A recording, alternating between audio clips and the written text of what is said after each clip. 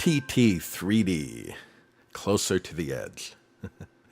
Now, I'm a sucker for novelty, so I often buy these 3D Blu-rays without knowing what they're about. So I had no idea I was about to watch a documentary on one of the most dangerous racing events in the world. So TT stands for Tourist Trophy, and it's a series of motorcycle races out in the Isle of Man. And it follows a few of the participants in the lead up and during the races. And it has some spectacular 3D look. You can see the pins on this board. They use a variety of lenses. And also you see a lot of mechanic shops and a lot of tools and piping and weights being pushed into the camera. So they take a lot of opportunity to show off that this is being shot in 3D. And tool shops make a wonderful canvas for a 3D presentation. There's just so many little solid pieces to look at. And it's a delight. It's just a delight to see it. But it is about the racing and also about where the races take place.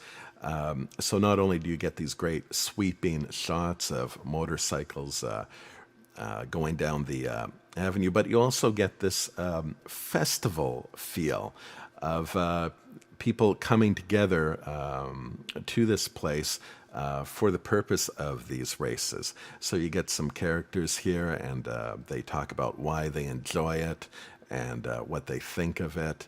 And so you get a real sense of this festival atmosphere.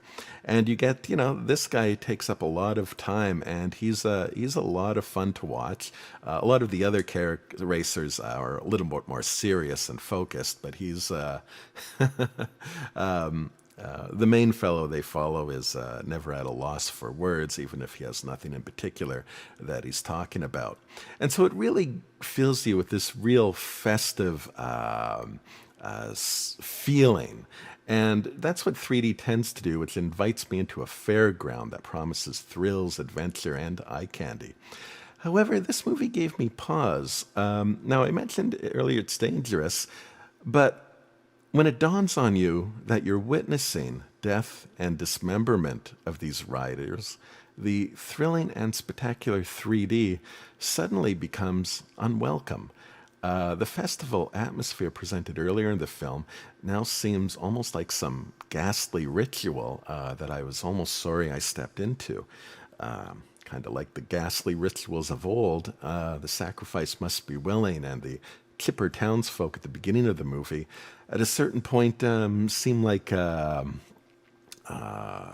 playing some kind of weird role in cheering these people on to their potential deaths. And we are given statements by various victims that death is an accepted part of this game and part of the attraction, and they all take it in stride, and you even see funeral parades, all presented in fantastic and thrilling 3D. Initially, I felt led to condemnation of the spectacle. And even in these interviews, a builder openly wonders about his contributions. But after some reflection, some part of me brings to mind that there's a verse that speaks of the cowardly in the same breath as murderers. And could it be that my discomfort is not from the death, but the life that I'm seeing here, that I'm just not accustomed to seeing men?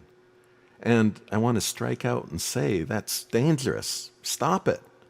Stop reminding me of what it is to have courage. And from my relaxed, couch-loving lifestyle, it's difficult to see what men should be, what they should be led to be, which is a conqueror of fear.